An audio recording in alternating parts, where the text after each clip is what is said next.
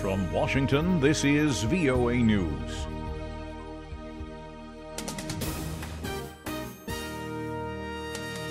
I'm Jonathan Jones reporting.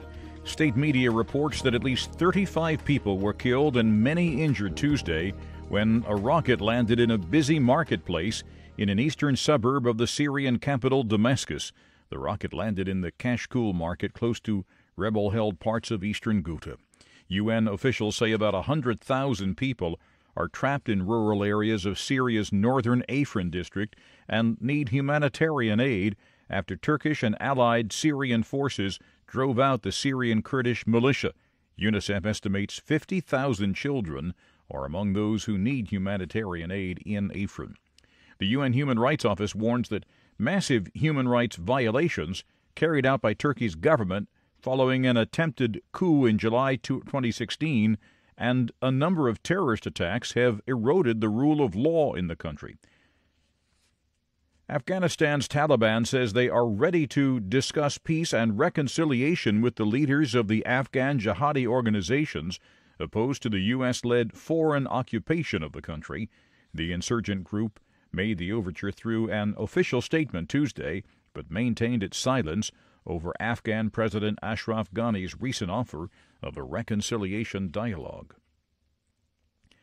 A student with a gun opened fire in a high school hallway in the eastern U.S. state of Maryland on Tuesday, wounding two classmates before being killed during a confrontation with a school police officer.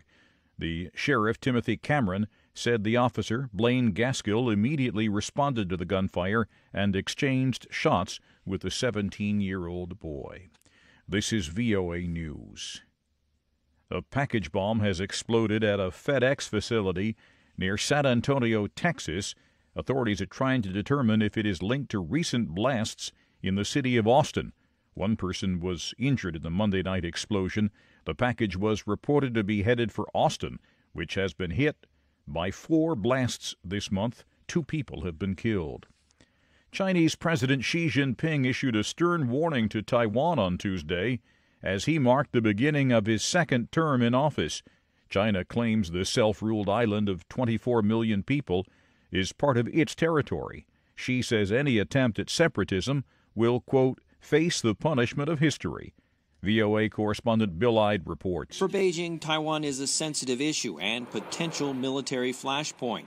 Xi has been ratcheting up the pressure ever since Taiwan President Tsai Ing-wen was elected in 2016. Tsai is a member of the pro-independence Democratic Progressive Party, but says she wants to maintain the status quo.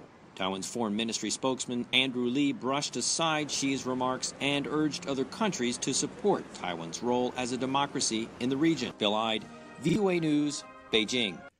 Russian diplomats ordered expelled by Britain over a nerve agent attack on British soil left the country Tuesday. They were transported from the Russian embassy in London to Stansted Airport for a flight home. Britain ordered the 23 diplomats expelled last week after blaming Russia for the poisoning of ex-Russian spy Sergei Skripal and his daughter Yulia earlier this month. British officials say the Skripals remain in critical condition, and a policeman who assisted them is still hospitalized in stable condition. President Trump congratulated Russian President Vladimir Putin on his re-election during a phone call on Tuesday, and the two leaders agreed to meet soon.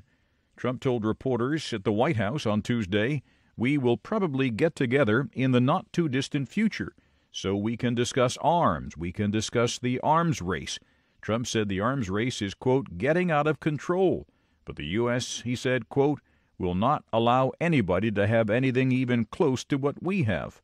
Other issues that Trump said will be discussed during a meeting between him and President Putin will be Ukraine, Syria, and North Korea.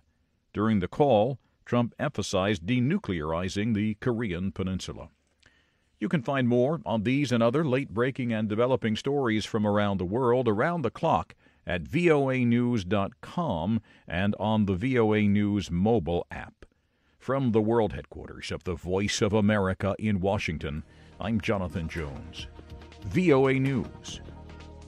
That's the latest world news from VOA.